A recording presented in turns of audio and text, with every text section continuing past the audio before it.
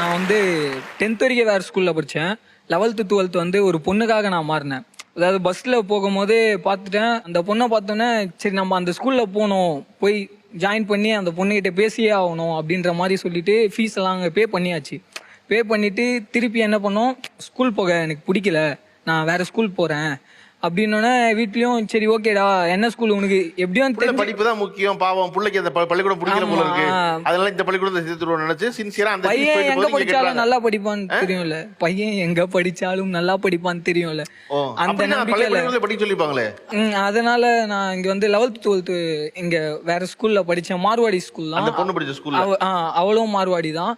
அவகிட்ட செகண்ட் டேன்னு நினைக்கிறேன். அவளை பார்த்துட்டேன்னு ப்ரொபோஸ் பண்ணலான்னு சொல்லிட்டு பாத்ரூம் வெளியில வெயிட் பண்ணிட்டு இருக்கேன். ரெஸ்ட் ரூம் வெளியில ஒரு ஆயம்மா இருக்காங்க.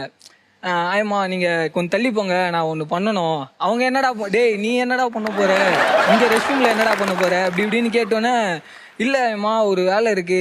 ஏன்னா நம்ம எதுக்கு டைம் வேஸ்ட் பண்ணணும்னு சொல்லிட்டு லேட்டா சொல்லி வாய்ப்பை விட்டுறக்கூடாது நம்மன்னு. அதுதான் வெளியிலேயே ஐ லவ் யூ அப்படின்னு சொல்லிட்டேன். சொன்னா ஆயம்மாவும் ஷாக்கு, இவளும் ஷாக்கு. இல்லப்பா அந்த பொண்ணு ஷாக்கு ஓகே எனக்கு புரியுது. ஆயம் எதுக்கு ஷாக்கு? நான் லவ் பண்ண பொண்ணு வந்து மேனேஜ்மெண்ட் பொண்ணு அந்த ஸ்கூலோட. அதனால ஆயம்மா ஷாக் ஆயிட்டாங்க. அதனால ஆயம்மா கம்மி பண்ணிட்டு நான் பாத்துக்கிறேன் ஒன்னும் பதறாதீங்க அப்படின்னு. ஆயம்மாவுக்கு பதட்டம் தெரியுமா? பைபிள்ல இவன் காதல சொல்லி நீ தான் பாத்துக்கிட்டு இருக்கும்போது சொன்னான்னு சொல்லி நம்ம வேலை போயிடுச்சுன்னா